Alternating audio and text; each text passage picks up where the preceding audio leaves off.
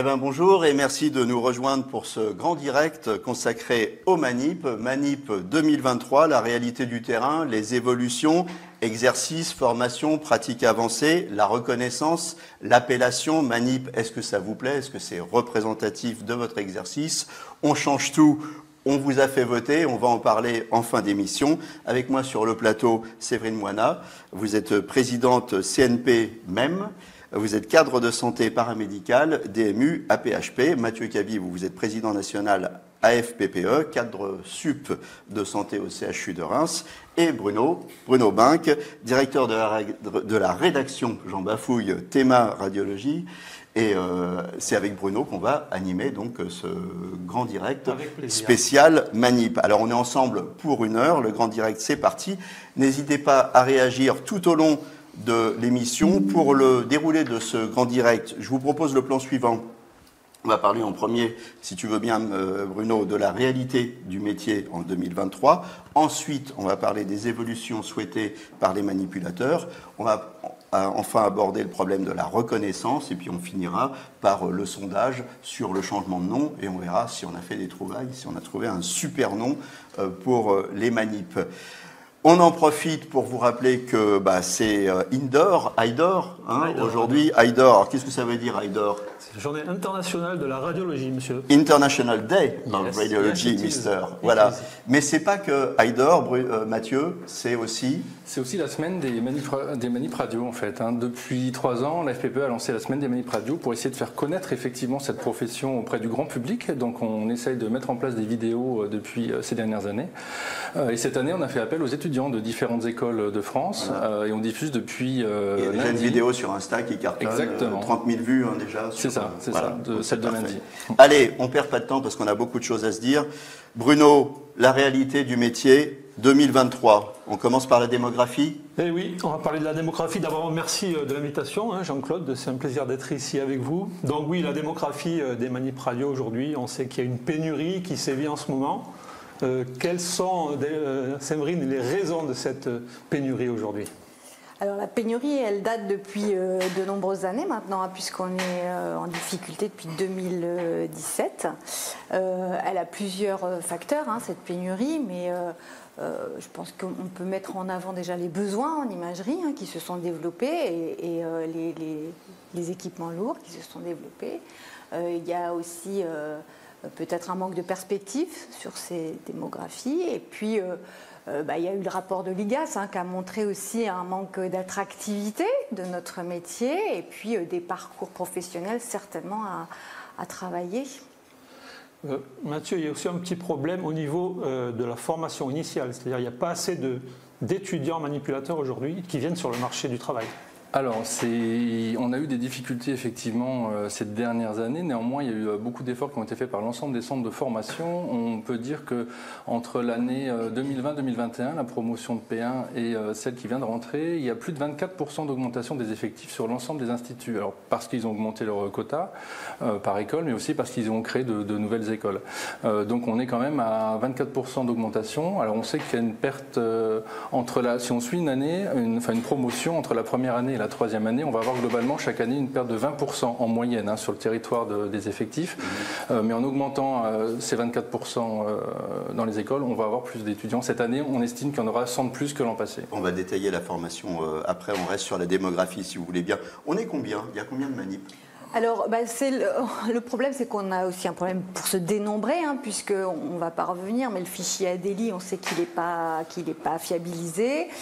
C'était aussi une des recommandations de l'IGAS. Hein, il faut qu'on arrive à trouver... Il faut dire que les gens qui sont à la retraite sont comptabilisés encore hein, dans les effectifs. Exactement. Voilà. Tous ceux qui changent de métier aussi. Hein, moi-même, qui suis cadre de santé, je suis encore dans le fichier ADELI. Et donc, et donc on est comptabilisé. Donc, ce fichier...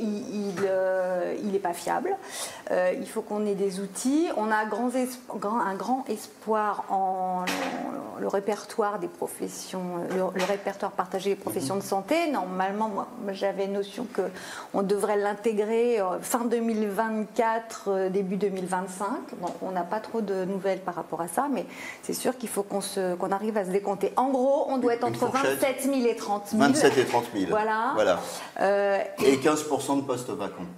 En fait, là c'est pareil, c'est un peu à la louche. C'est vrai que là encore, on était au JFR avec Mathieu fin octobre et début octobre. Et ce qu'on entend, c'est qu'effectivement, sur les CHU, c'est entre 10 et 20%. Dans le privé, il y a des difficultés également. Et donc, nous, on estime effectivement à 15%, ce qui fait que ça ferait à peu près 4 500 postes vacants. Donc, démographie, 27-30 000, 15% de postes vacants. L'attractivité des carrières, tu en as parlé tout à l'heure.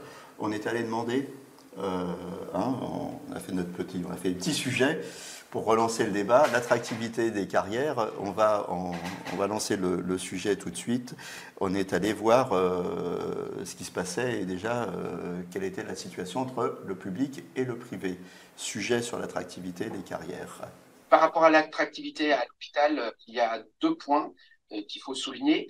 D'une part, comment attirer les jeunes à la sortie de l'école et dans un second temps, comment les garder. Pour les attirer, l'hôpital essaye de mettre en place des atouts, comme l'offre d'un logement. Parce qu'on ne peut pas concurrencer le privé par rapport aux grilles de salaire, mais l'offre d'un logement, ou du moins un logement à un coût réduit, ce qui est très important sur Paris aujourd'hui. D'autre part, après, dans l'évolution, ce qui est très important aussi, c'est de les garder en leur offrant des perspectives d'évolution, qu'ils puissent s'investir, développer des compétences, devenir référent, faire des communications à l'extérieur, et donc avoir une perspective sur sa carrière autre qu'une évolution simple, entre guillemets, d'un fonctionnaire. Alors, attractivité, Bruno, l'hôpital peine un petit peu par rapport au privé. Alfredo pointait un sujet qui est intéressant, c'est l'attractivité du privé par rapport au public. Les salaires ont augmenté depuis quelques années à cause de la pénurie, justement. Est-ce que le Ségur de la santé a rééquilibré les chiffres ? Alors le Ségur, c'était un rattrapage d'années sans augmentation, il faut dire ce qu'il est. L'hôpital, pendant 10 ans, quasiment, le point d'indice n'a pas augmenté, et donc ça a été un rattrapage. Après, c'est sûr que les salaires dans la fonction publique sont réglementés, il y a une grille et on peut pas y déroger. Il y a une rigidité qui empêche de lutter contre le privé, et il y a des surenchères dans le privé en plus pour recruter. Donc la situation est compliquée. Est-ce qu'elle est compliquée aussi dans les zones frontalières ? Elle est d'autant plus dans les zones frontalières parce que les autres pays sont beaucoup plus concurrentiels et offrent des salaires beaucoup plus attractifs pour les manips qui sont en périphérie. Mais on peut dire aussi au niveau international, par exemple, que la pénurie, elle n'est pas seulement française. Nous, on a rencontré aussi nos collègues espagnols, italiens, québécois et des États-Unis aussi aux 2 dernières JFR. La pénurie, elle est mondiale des manips radio. Et au-delà des manips radio, c'est vraiment les professions de santé qui sont en difficulté aujourd'hui, mais vraiment partout dans le monde. Des difficultés qu'on rencontre sur tous les pays, quel que soit même le niveau de salaire, parce qu'aux États-Unis, niveau de vie différent, mais États-Unis et Québec, même si les salaires sont plus élevés, ils ont aussi des difficultés dans le recrutement et la formation. D'ailleurs, on les voit sur les salons français, ils viennent recruter des manips en France. La radiologie interventionnelle, ça va attendre la situation encore ? Il n'y a pas que la radiologie interventionnelle, c'est les autorisations qui ne cessent d'augmenter aujourd'hui et qui font qu'il y a de plus en plus de besoins et donc de moins en moins de professionnels pour faire marcher les machines. On est d'accord ? Complètement. Le changement du régime des autorisations va effectivement permettre d'implanter beaucoup plus de machines. Alors, elles ne vont pas se faire du jour au lendemain, bien évidemment, ça va prendre un petit peu de temps. Mais on peut en parallèle quand même parler, on en a parlé un petit peu tout à l'heure, de l'augmentation des formations et du volume de formation des étudiants qui va permettre on va y revenir. De pallier un petit peu. Alors, réalité de l'exercice. On a balayé la démographie, on voit à peu près où on en est. Réalité de l'exercice. La réalité de l'exercice, c'est que le manipulateur d'électroradiologie médicale est la première et la seule personne souvent que le patient voit dans un service d'imagerie, surtout en imagerie diagnostique. Le manip radio est un soignant et il n'est pas reconnu comme tel aujourd'hui. Alors, est-ce que le patient, d'ailleurs, il se rend compte qu'il voit un manipulateur et pas un radiologue au début ? Alors, faut-il encore qu'il se présente, parce qu'on l'a bien vu dans tous vos sujets, hein, le grand public ne connaît pas notre profession, malheureusement, hein, on le déplore. Le CNP, on fait beaucoup de choses pour faire connaître notre métier, pour autant il est mal connu, on le sait. Donc il faut vraiment que les manipulateurs se présentent et expliquent après. Le flux de travail fait qu'on n'a pas toujours le temps d'expliquer aux patients ce que c'est qu'un manipulateur radio, parce que quand on lui dit « je suis le manipulateur radio qui va vous prendre en charge », bien souvent la question qui suit c'est « ah, c'est quoi un manip radio? C'est un infirmier ?» Ou voilà, donc, mais c'est vrai, et il faut le rappeler, hein, dans les droits du patient, et la loi Kouchner de 2002, elle a bien dit que le patient, il a le droit de savoir à qui il a affaire, et donc on a le devoir de se présenter. Donc le manip radio en première ligne. La réalité du métier aussi, c'est une polyvalence, mais aussi une hyperspécialisation de plus en plus complète, étant donné que la technologie évolue et que la médecine aussi progresse. Comment résoudre cette équation entre la polyvalence et l'hyperspécialisation, Mathieu? Alors, c'est simple, hein, la polyvalence, on l'acquiert au départ avec la formation initiale, hein, qui dure 3 ans, même si parfois on a besoin des compléments, et ces compléments, on va l'avoir effectivement à travers différents DU. Hein. Il existe beaucoup de DU aujourd'hui pour les manip radio, interventionnels, recherche, je vais en oublier plein d'autres, mais il en existe d'autres, l'IRM notamment dernièrement qui s'est ouvert cette année. Et là, ils vont pouvoir se spécialiser, effectivement. On voit qu'il y a un besoin de spécialisation des manip radio et un besoin d'évolution. On va y revenir plus précisément derrière. Mais quand on dit manip radio, on pense aux examens classiques. Il faut parler de la diversité des carrières. Oui, tout à fait. Le manip radio, il ne travaille pas que avec les radiologues. Hein. C'est vrai qu'on est dans le JT de radiologie. Pour autant, les manip radio, ils travaillent aussi en médecine nucléaire, en radiothérapie, en électrophysiologie. Voilà, donc il faut le dire, même s'ils sont à peu près 80% travaillent en imagerie. Et après, dans l'imagerie, il y a encore les sous-spécialités, hein, radiologie interventionnelle, imagerie de coupe, radiologie conventionnelle, etc. Voilà, et des gestes de plus en plus impliquants et de plus en plus techniques. Alors je rappelle à tout le monde que vous pouvez réagir, hein, sur les réseaux, poser des questions, réagir, donner votre avis. Des gestes de plus en plus impliquants. On pose des pick lines, on fait des... Oui, tout à fait. C'est vrai que la réglementation nous a permis de développer des protocoles de coopération, hein, en lien avec les médecins. Et donc, ce sont des actes qui étaient habituellement réalisés par des médecins, qui sont délégués à des manipulateurs qui, comme ils font ça régulièrement, le font très bien. Par exemple, pour la pose de pick line dont vous parlez, dans le protocole de coopération, ils doivent en poser 80 par an, ce qui fait qu'ils ont une dextérité et une pratique qui fait qu'ils sont vraiment experts dans le geste et ils le font très bien. On parle aussi d'activités un peu à la marge, style l'hypnose ou la sophrologie, où les manips sont là pour accompagner les patients. À combien le chiffre-t-on? Ou la communication, hein, tout bêtement, avec le patient en radiologie interventionnelle, souvent c'est le manip qui parle. Tout à fait. Alors ça, c'est des techniques vraiment de prise en charge. Et le manip se revendique soignant, justement, voilà, parce qu'il s'est rendu compte que par la communication, par ces techniques de sophrologie, d'hypnose, ils arrivaient à faire des choses avec le patient prendre en charge le patient claustrophobe, prendre en charge les enfants, prendre en charge... Et donc, il a cette reconnaissance de soignant au travers de ces pratiques, je pense. En tout cas, c'est vrai qu'il y a une grande demande de formation. Et d'ailleurs, on voit des initiations en formation initiale parce que ça répond vraiment à un besoin. Justement, est-ce que la formation initiale répond à toutes ces contraintes aujourd'hui? On va y revenir, si tu veux bien, sur la formation plus tard. Là, vous devancez un peu, hein, les choses. Voilà. Le métier, on a posé les bases, on a parlé de la démographie, on a parlé de la réalité de l'exercice du métier, que le manip était souvent en première ligne de la diversité des carrières. On va parler maintenant des évolutions, justement. Hein. Et dans les évolutions, on va parler des formations, on va parler de toutes ces choses-là. Les évolutions souhaitées par les manipulateurs. Là encore, hein, je vous rappelle que vous pouvez réagir, poser vos questions en direct à nos invités. Donc aujourd'hui, le manip va souvent au-delà du protocole de coopération, ce qui nous amène à la deuxième partie de l'émission, exercice, jusqu'où on doit et jusqu'où on peut aller. Est-ce que le manip va se surspécialiser? Quelle formation demain, au-delà des formations socles? Est-ce qu'on va vers des pratiques avancées? Et si oui, lesquelles? Donc, avant de passer la parole à Bruno, je vous rappelle à nouveau que vous pouvez réagir. Bruno, exercice, jusqu'où on peut et jusqu'où on doit aller? Alors oui, aujourd'hui, le manip radio veut être un manip radio augmenté, on va dire, certaines fois.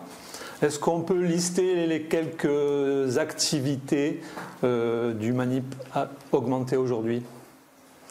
Je pense que toutes celles des protocoles de coopération, donc on en a deux qui sont vraiment phares, deux protocoles nationaux phares qui sont la pose de PIC line et l'échographie, qui cartonne, j'ai envie de dire. On a plus de 500 manipulateurs formés à l'échographie. On sait que voilà, ça répond aux objectifs du protocole de coopération qui sont de libérer du temps médical et d'élargir l'offre de soins, très clairement. Mais on a sur le territoire de plus en plus d'autres protocoles de coopération, des protocoles locaux qui se développent et donc des activités qui sont réalisées par les manipulateurs dans le cadre de délégation de tâches. Alors pas que en radiologie, en oncologie aussi, en radiothérapie. Ça s'est beaucoup développé. Il y a eu une étude récente d'ailleurs dans laquelle 41% des manipulateurs qui ont répondu font des activités hors décret de compétences et 60% souhaitent en faire justement. Donc ils ont aussi l'aval des radiothérapeutes pour faire ça. Est-ce que c'est le cas de tous les manipulateurs aujourd'hui? Est-ce que les manipulateurs ont l'aval de tous les médecins, radiologues et radiothérapeutes? Mathieu?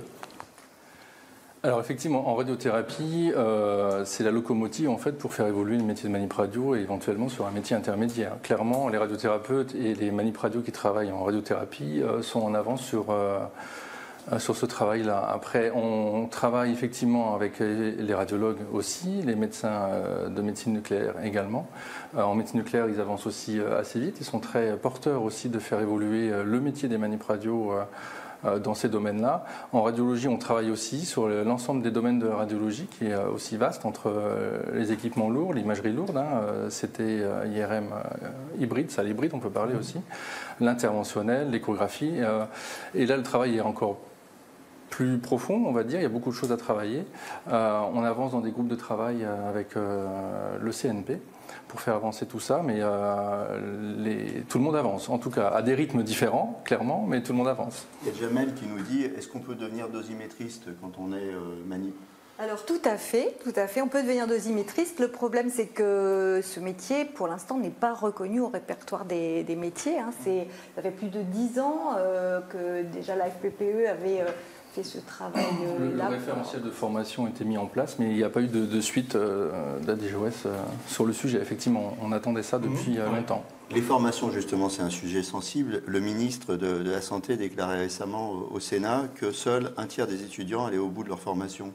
Et vous l'avez repris, j'ai vu, Séverine, sur les alors il n'a pas dit que ça quand même, Jean-Claude, il faut être honnête. Il a dit moi je suis malhonnête, moi je suis un journaliste, je suis malhonnête. Les manips avaient une fonction clé à l'hôpital, et ça c'est quand même important. Et de plus, il a dit que ça, personne n'en parlait, et c'est vrai, personne n'en parle, mais le manip, il a une fonction clé à l'hôpital ou ailleurs d'ailleurs.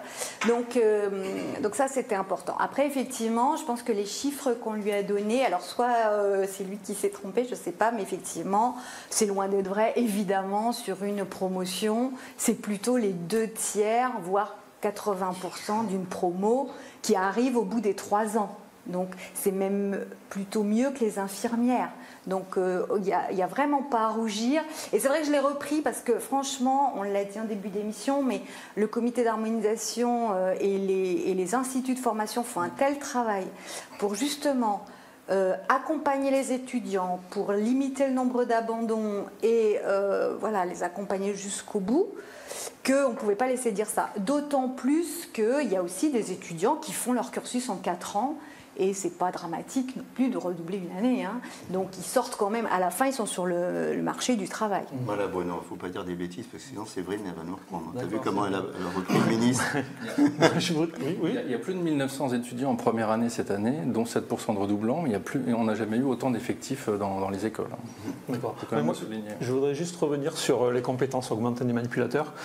Il y a une confusion qui est souvent faite entre l'hyperspécialisation et les pratiques avancées. Est-ce que vous pouvez nous donner quelques détails là-dessus pour le différencier? Alors, la pratique avancée, ça n'existe pas pour l'instant finalement, et c'est un nouveau métier. c'est pas justement un manip augmenté, enfin, c'est pas un expert, on va dire. Voilà, hein, il y a le manip expert, effectivement, on est plutôt sur de la spécialisation, hein, et la pratique avancée, qui est en fait une délégation, on est vraiment sur le métier intermédiaire entre le paramédical et le médecin. Voilà. Donc ça veut dire qu'on ne peut pas travailler tout seul, il faut que qu'on travaille avec les médecins, et que voilà, on ne pourra pas avancer sans les médecins, c'est clair. Hein. Alors, au-delà des formations socles, justement, est-ce qu'on va vers des pratiques avancées et si oui, lesquelles? Les gens réagissent beaucoup là-dessus. Et je vous propose d'écouter un petit sujet. C'est Marie Nicolezo qui nous a interpellés là-dessus et qu'on va écouter maintenant. Alors, les pratiques avancées en imagerie médicale, en radiothérapie, en médecine nucléaire, elles existent. Elles sont intégrées notamment dans les protocoles de coopération dans les établissements qui les ont validés actuellement, mais aussi dans le cadre de nombreuses expérimentations en échographie, en radiologie interventionnelle, en radiothérapie pour la pratique clinique et également sur les circuits courts en petite traumatologie dans les services d'urgence, comme au CHU de Rennes ou au CHU de Poitiers. Donc ces expérimentations, elles fonctionnent. Il y a des études qui ont été faites avec des manipulateurs en recherche clinique qui ont démontré qu'il y avait un gain pour le patient. Donc nous, ce qu'on attend aujourd'hui, c'est la validation de ces expérimentations pour que le statut de manip en pratique avancée soit reconnu, avec notamment un niveau master qui pour l'instant n'arrive pas, faute de reconnaissance de ce niveau au niveau de la formation continue des manips, et puis également lié aussi à un frein de la communauté médicale qui ne reflète pas du tout la réalité de terrain, puisque les coopérations fonctionnent parfaitement bien entre les radiologues et les manips qui sont impliqués dans ces protocoles de coopération et ces expérimentations. Donc on attend avec impatience le dénouement, que je pense qu'il est proche, mais on voudrait comprendre sur le terrain pourquoi ça n'avance pas. Alors voilà, Marie, elle nous dit que sur le terrain ça bouge, mais qu'on a besoin de formation diplômante. Alors pour compléter ce que dit Marie, dépassement de fonction, en fait 76% souhaitent se former et accéder aux pratiques avancées, 50% voudraient élargir leurs compétences via un DU et 30% via un master. Et oui, ce sont des choses qu'on entend partout dans les services. Et Marie donnait l'exemple de la petite traumatologie aux urgences. Les manips radio aujourd'hui, les plus expérimentés, seraient capables d'interpréter les radios de petite traumatologie. Qu'est-ce que vous en pensez, Mathieu ?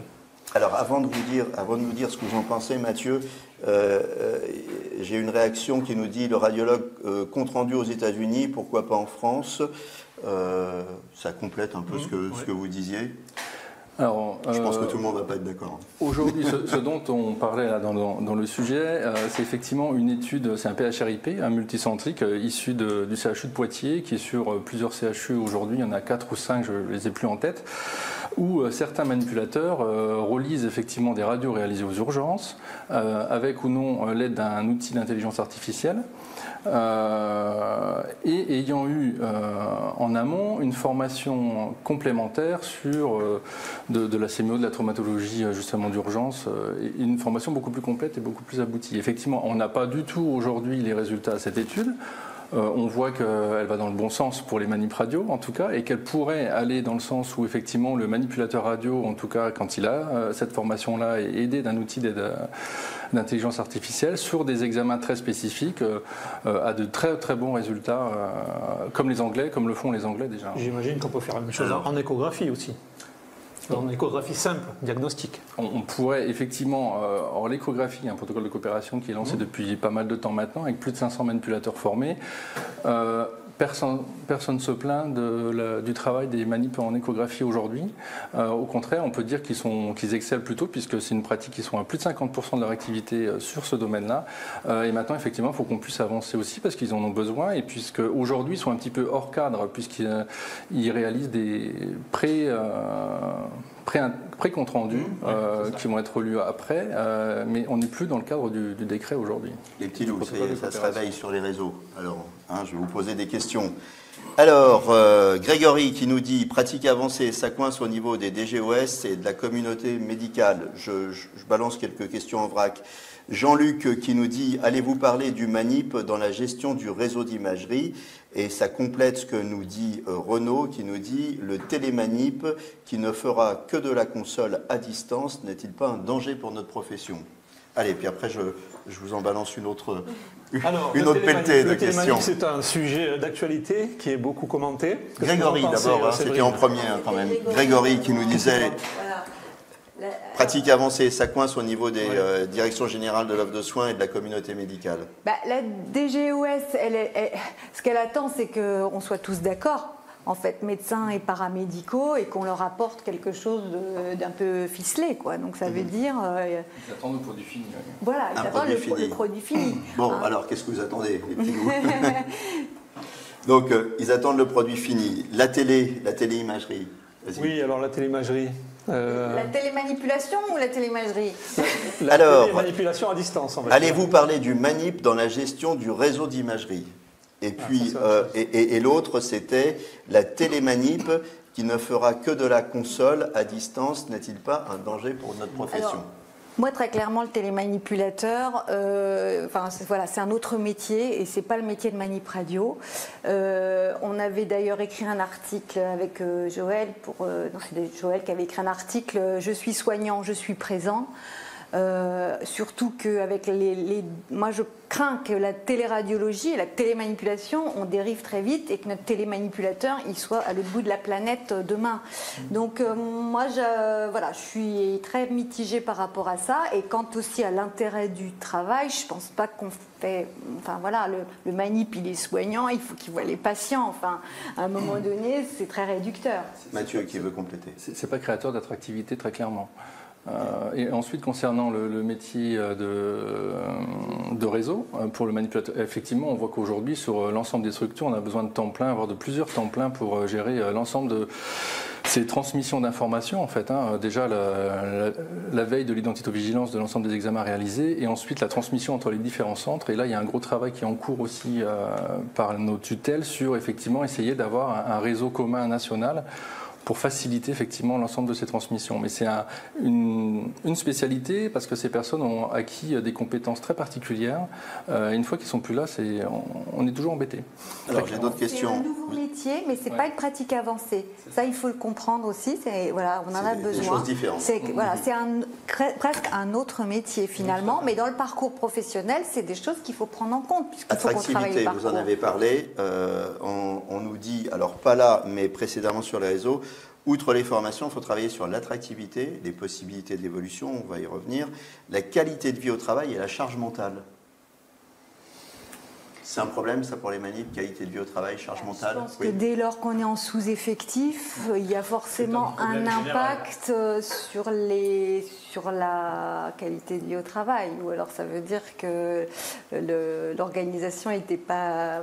Voilà, donc forcément, il y a un impact, et je pense que la qualité de vie au travail, elle est quand même aussi liée aux effectifs. Donc il faut qu'on remonte nos effectifs, clairement. Jocelyne qui nous dit, qu'est-ce qu'elle nous dit? Elle nous dit beaucoup de protocoles de coopération en place, des pratiques professionnelles au quotidien sur le terrain déjà avancées. À quand la validation? C'est ce que vous disiez tout à l'heure.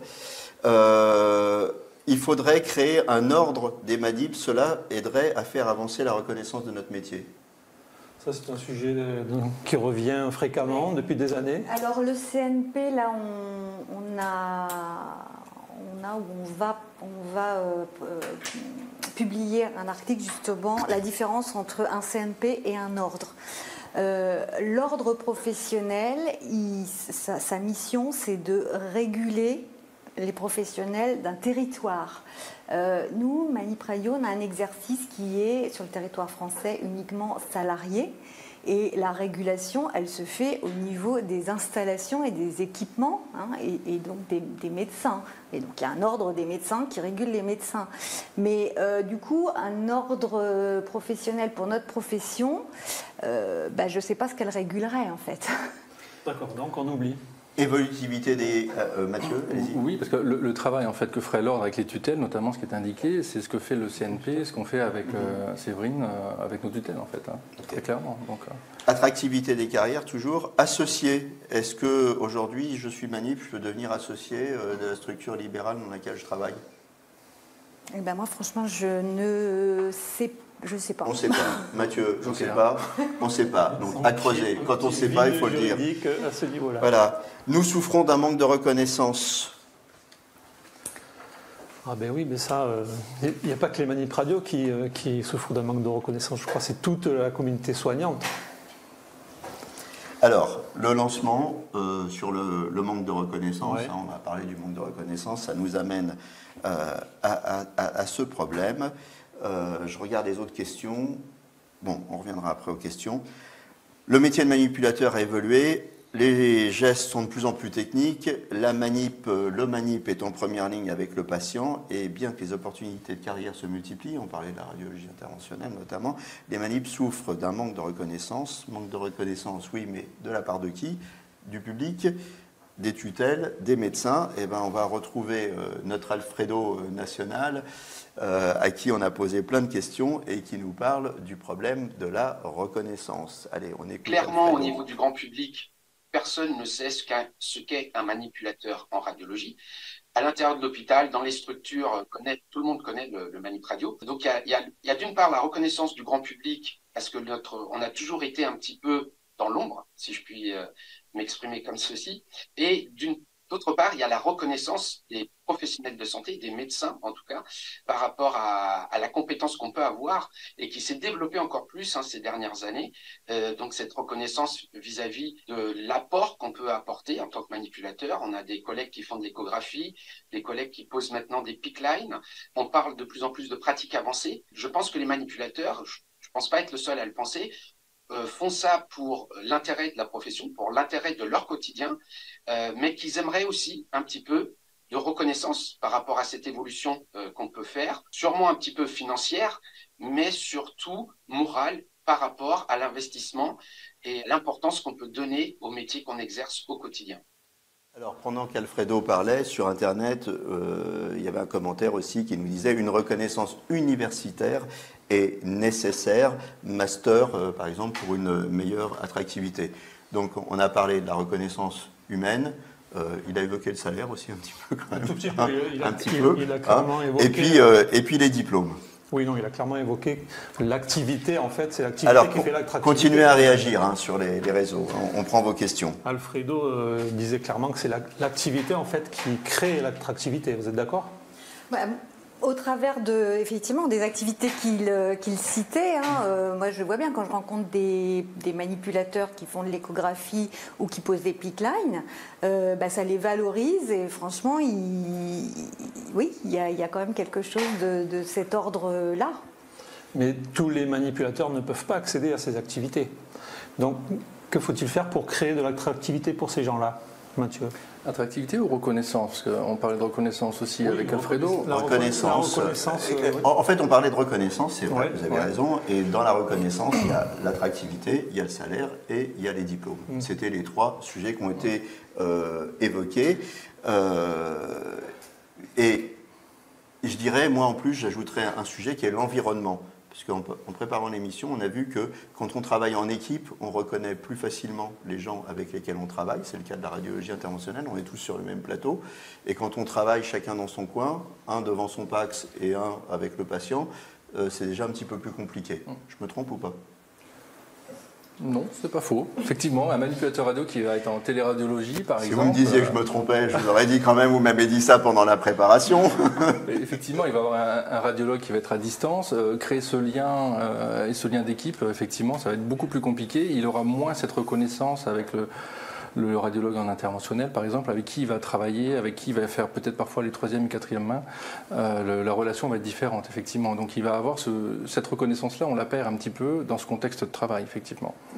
Donc il va aller la chercher ailleurs et parfois auprès du patient, il va se retourner vers le patient et effectivement parfois développer de l'hypnose, développer de la communication positive en interventionnel là aussi et développer diverses techniques qui vont permettre d'améliorer le prendre soin du patient, effectivement, pour chercher cette reconnaissance auprès du patient.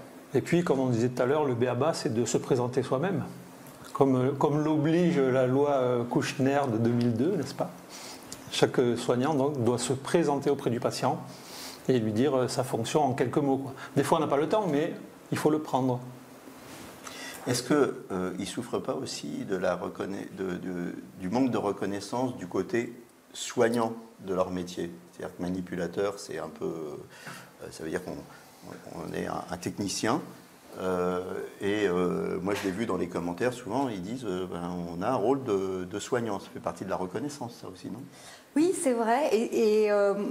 Des fois, je m'interroge là-dessus parce que le manip, c'est un soignant, c'est évident. Enfin, je veux dire, il pose des perfusions, il accueille, il est en proximité du patient. Donc, voilà. Alors, il y a la reconnaissance financière. C'est vrai que ça fait des années et des années. Et c'était aussi une recommandation de l'IGAS que la prime veille, qui est vraiment la reconnaissance de ce contact au patient, soit donnée aux manipulateurs de la fonction publique hospitalière. Bon, on ne l'a toujours pas obtenu, mais bon, au-delà de cette reconnaissance salariale, on va dire, c'est vrai qu'ils sont en demande de cette reconnaissance de soignants, mais voilà, pourquoi peut-être parce qu'il y a ce delta aussi avec les infirmières qui sont le b.a.-ba du soignant.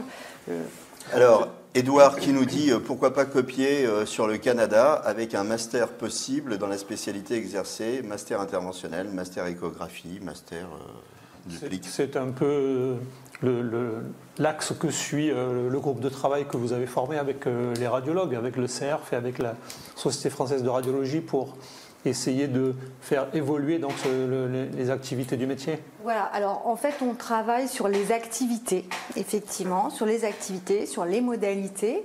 Après, c'est même pas nous qui dirons c'est un master de spécialisation ou c'est un master de pratique avancée, c'est aussi le ministère qui va nous orienter aussi sur ce qu'on fait. Mais il faut déjà qu'on travaille sur les activités. C'est des activités de spécialisation ou des activités intermédiaires. Alors il y a Jean-Philippe qui nous dit comment créer une formation Bac plus 5, entre parenthèses master, dans les universités, sans universitaires issus de la profession. Eh oui, Jean-Philippe, ça c'est une bonne question. Il a raison, Jean-Fifi. Et d'ailleurs, voilà, les quelques universitaires qu'on compte, on les félicite parce que ça a été quand même, le parcours n'a pas été simple pour eux et on en a besoin. Et effectivement, c'est une vraie question. Donc, il faut aussi qu'on développe ces parcours universitaires. C'est vrai que la mission d'universitarisation des professions de santé, elle est devant nous. On sait qu'un jour, les manip-radio auront un diplôme qui sera délivré par l'université. On ne sait pas encore quand, mais ça va se faire. D'ailleurs, tous les instituts de formation doivent contractualiser avec une université. C'est vraiment important de le faire. Et c'est ce qui nous permet aussi d'avoir donc pour l'instant ce grade licence, mais demain une licence, qui nous permet d'évoluer après vers les masters et d'avoir des filières universitaires qui se créent. Voilà, c'est ça. Il faut d'abord créer la filière universitaire spéciale pour les manip radio, j'imagine. Tout à fait. Ouais. Alors, il y a Édouard qui nous dit, en tout cas, revoir les textes, bon, ça c'est OK, mais il dit qu'il connaît aussi des radiologues qui sont toujours pas au courant que les manips peuvent poser des sondes nasogastriques, rectales, vaginales, etc. Donc, Qu'est-ce qu'on dit là ? C'est intéressant de savoir que les radiologues ne savent pas ce que peuvent faire les manip radio. Enfin, c'est questionnant en tout cas. C'est peut-être pas tous les radiologues. Non, plus, mais certains. Mais bon, c'est qu'ils ne s'intéressent peut-être pas trop du coup à ce que fait son manip radio.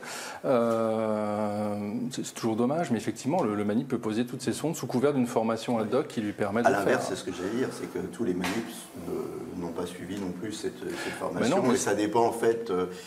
Il n'y a pas en fait derrière tout ça une histoire de dynamisme de service. Il y a des services, on le voit à travers les commentaires, où ça va bien, les manips s'investissent dans de la recherche, ils font des gestes techniques poussés, ils sont eux-mêmes poussés par les médecins avec lesquels on travaille. Et puis il y a peut-être des structures peut-être plus orientées sur le tout venant, où on demande à chacun de faire son boulot et point. Voilà, non ?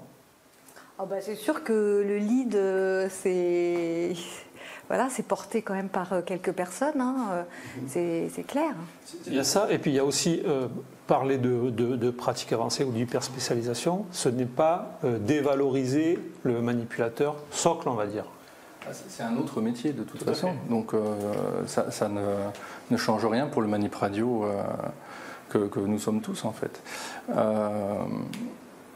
On parlait de la reconnaissance salariale aussi tout à l'heure. Il y a Grégory qui nous dit la prime veille, on ne l'a pas.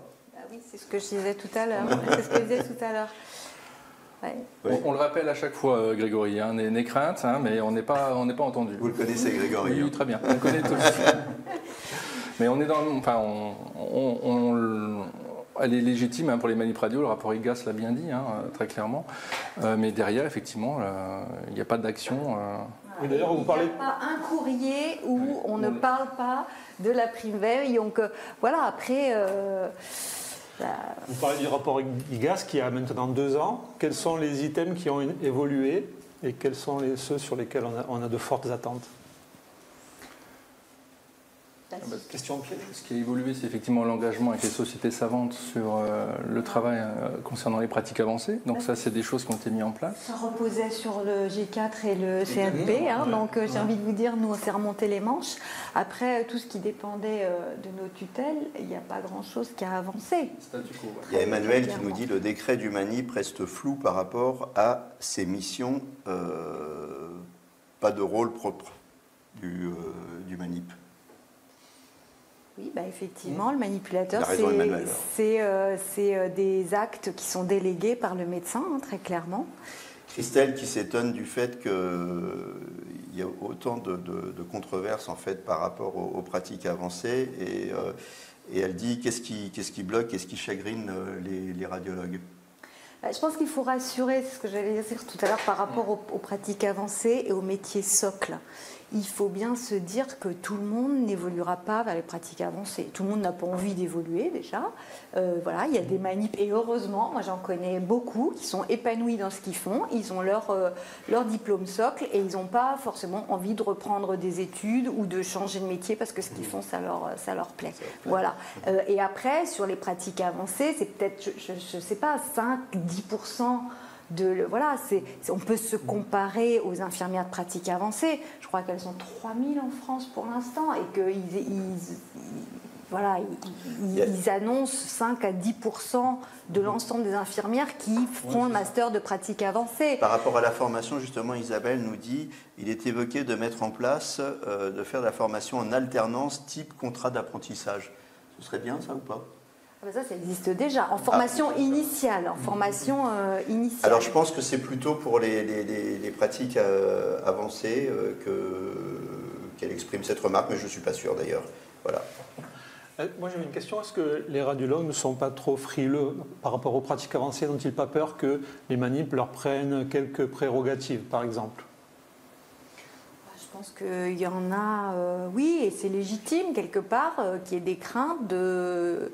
Voilà, parce qu'on est sur quelque chose de nouveau et il faut qu'on avance ensemble. Après, moi je pense que les médecins qui travaillent avec des manipulateurs dans le cadre de protocoles de coopération, hein, ceux qui travaillent avec des manip échographistes, des manips qui posent des PICC lines, ils voient que ça se passe bien, il n'y a pas de plainte de patients, très clairement, il y a finalement pas tant de recours que ça du manip vers le médecin. Donc vraiment tous les objectifs du protocole de coopération qui sont la première pierre hein, des pratiques avancées, les protocoles, hein, ça fonctionne. Pareil, on dit c'est les radiothérapeutes, les oncologues qui portent aussi la dynamique pour les manips parce qu'ils travaillent déjà avec des infirmières de pratique avancée et qu'aujourd'hui, ceux qui travaillent avec des paramédicaux comme ça, bah, ils n'ont pas envie de faire marche arrière.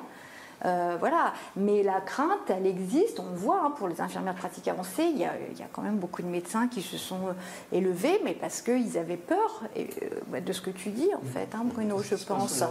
Donc, et au final, vous dites que quand on a initié ce mode de collaboration, après ça se passe bien et personne ne veut revenir en arrière, c'est ça? C'est le premier pas qui coûte. Clairement, il faut le dire aussi, c'est encadré dans un protocole d'organisation. Les pratiques avancées, c'est pas comme ça. Et voilà, il y a toujours un médecin coordonnateur. Hein. Le paramédical, il n'est pas tout seul dans la nature, il ne va pas s'installer demain. Voilà, c'est pas. Il faut enlever ce.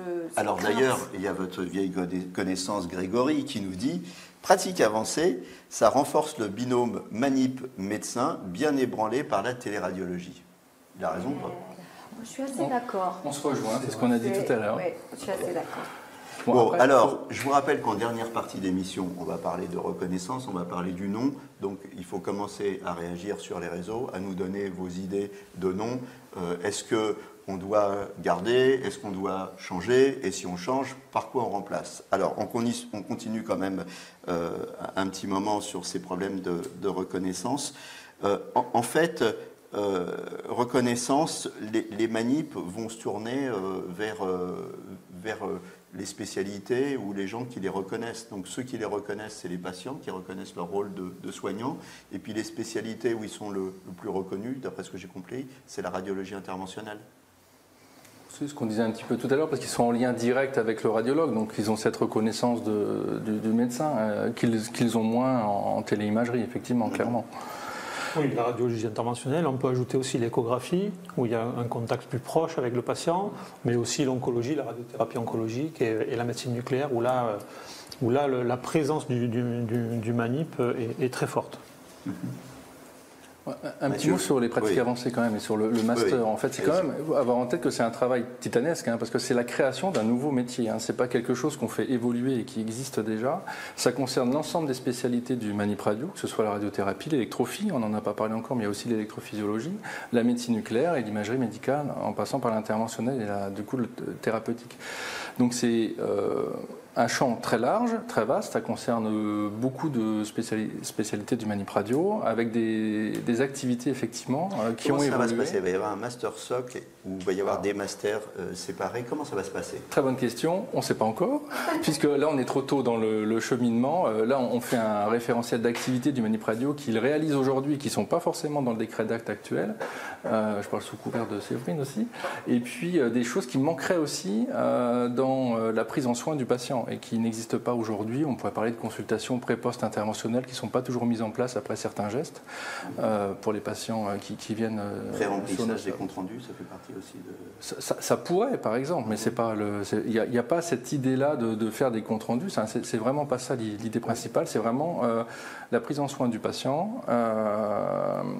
Donc là, pour l'instant, vous faites, quand vous dites on recense les référentiels, c'est-à-dire vous faites un état du lieu, des lieux. Oui, des activités. Quelle est la réalité? C'était notre première partie, mais nous on passe un peu vite. On a 1 heure pour en parler. Quelle est la réalité du métier aujourd'hui? Je suppose que vous faites un effort de prospective aussi. Qu'est-ce que sera le manip dans 10 ans, dans 15 ans? Parce que si on prépare des masters, il faut voir un petit peu plus loin. Et c'est de là que ensuite vous allez proposer. Alors proposer quand et à qui? Comment ça va se passer? Alors, effectivement, recenser les activités. Pourquoi? Pour mettre en face des blocs de compétences, des compétences. Donc ça, c'est pas simple. Avec des choses quand même qui peuvent être complètement transversales, et ça, on tient à les garder. Par exemple, le bloc de compétences sur la recherche, par exemple, il peut être complètement transversal.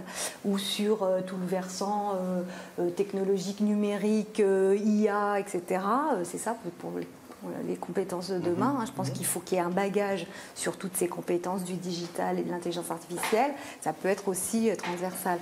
Voilà, donc il y aura certainement des choses transversales et puis des choses plus spécifiques. Alors on ne sait pas encore si ce sera par population, onco, cardio, neuroradio, par modalité, échographie, imagerie en coupe, radiologie interventionnelle. Parce que c'est. Voilà, on est quand même. Vous avez un calendrier? Alors, parce qu'il y a une attente, on le voit bien. Mais bien sûr qu'il y a une attente, même je le répète quand même, on est tous bénévoles, on fait ça en plus de notre job quand même. On a des réunions très voilà, très, très souvent. Mais je pense les enjeux sont tellement importants qu'on ne peut pas se précipiter. Et surtout, alors on travaille énormément avec le comité d'harmonisation, et notamment Béatrice Gerbeau, qui est la présidente, parce que la formation, c'est quand même leur boulot. Des instituts de formation, il faut le préciser. Comité d'harmonisation des instituts de formation MANIP. Voilà. Effectivement, il faut qu'on travaille aussi avec les universitaires. Donc, il n'est pas question qu'on brade quelque chose, mais il faut qu'on prenne le temps. Donc, nous, on avance. Après, on souhaite présenter effectivement des choses aux médecins et à la DGOS en fin d'année, début d'année prochaine. Mais après, voilà, on a aussi les calendriers qui ne dépendent pas de nous, et notamment les rendez-vous avec le ministère, c'est pas nous qui choisissons la date, très clairement. Il faut se dépêcher parce que ça change souvent les ministres. Alors, ce qui est un problème. Et puis en plus, comme vous avez repris l'actuel sur les réseaux, lui, il va pas être content. Enfin, il a l'air sympa. Calendrier. Effectivement, c'est pas nous qui décidons forcément de tous les calendriers, et ça va dépendre de nos tutelles qui vont. On se dit quoi, 2024-2025, ça risque de bouger quand même? Ou c'est encore trop rapide? Ça bouge et ça va bouger, ça c'est sûr. Après, vous dire que, moi je peux pas m'engager parce qu'en plus je vous dis c'est pas nous tous, ce n'est pas nous tout seuls.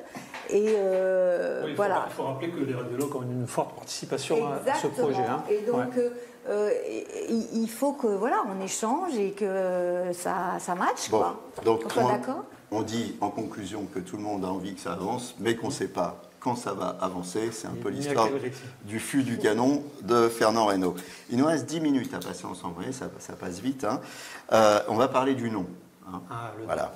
Alors dans les années 60, on appelait les manips les aides radiologistes. On voit une belle photo, là, une belle icono des années 60. En Allemagne, Mathilde et d'autres nous précisent qu'on dit MTRA, ça veut dire Medizinische Technische Radiologie Assistenten, monsieur.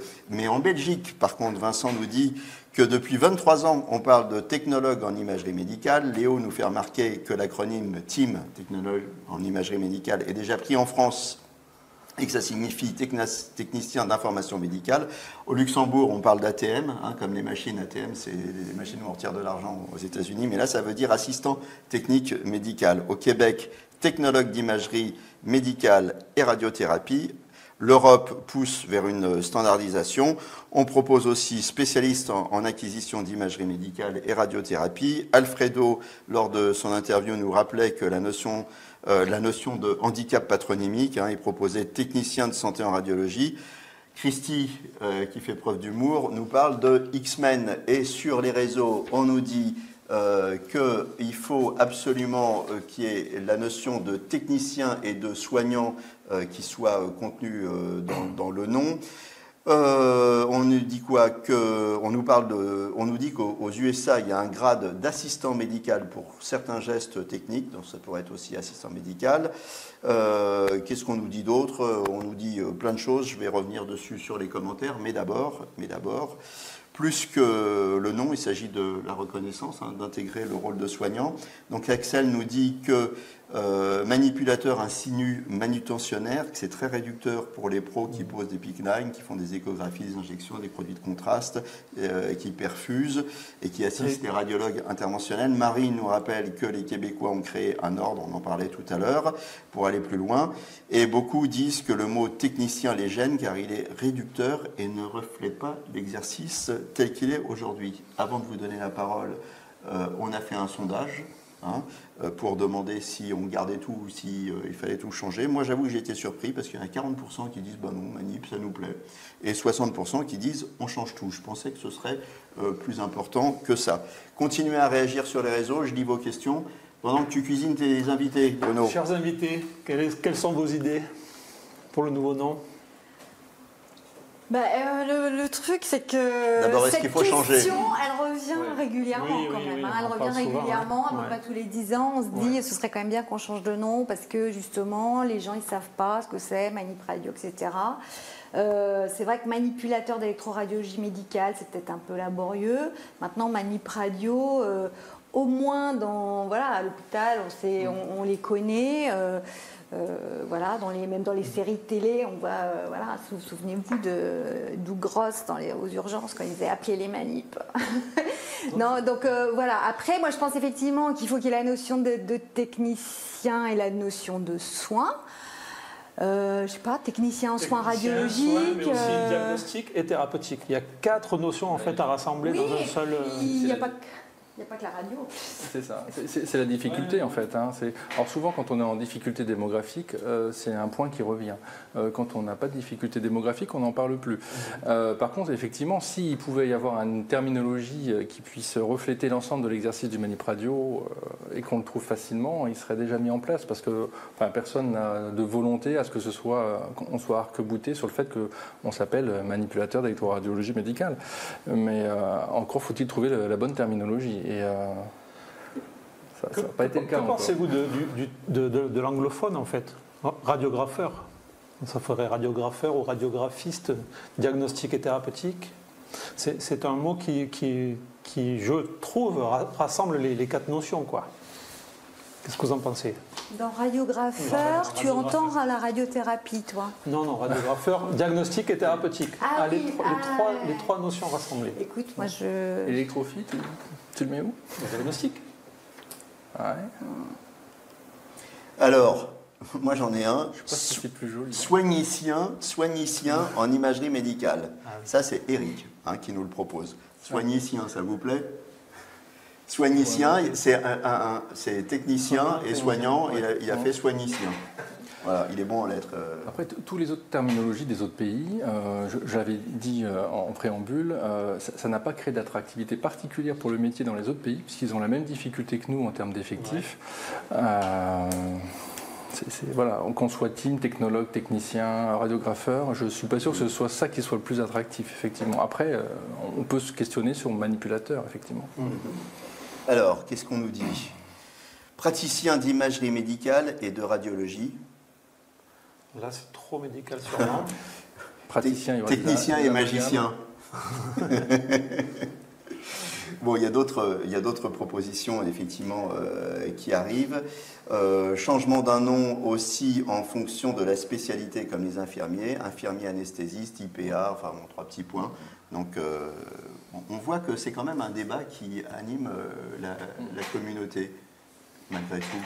Non, parce que derrière ce nom, il y a la reconnaissance et puis il y a l'évolution du métier. Il y en a un aussi qui nous dit les infirmiers, par exemple, ont une carte professionnelle de santé. Nous, on n'en a pas. Voilà. Donc, on voit bien qu'il y a un problème de connaissance et de reconnaissance derrière. Non? Vous n'êtes pas tout à fait d'accord? Après, je ne suis pas sûre que parce qu'on change le nom, on aura une CPS, très clairement. Mais pourquoi pas? Après, moi, je l'entends, je suis ouverte. Mais très honnêtement, je ne vais pas perdre, pas perdre, mais passer beaucoup d'énergie sur ça. On a un master à mettre en place. Par contre, comment on va appeler ce nouveau métier après le master? C'est ça qu'il faut leur demander. Eh bien, écoutez, on leur demande, ils vous écoutent. MPA, je ne sais pas trop si c'est vendeur.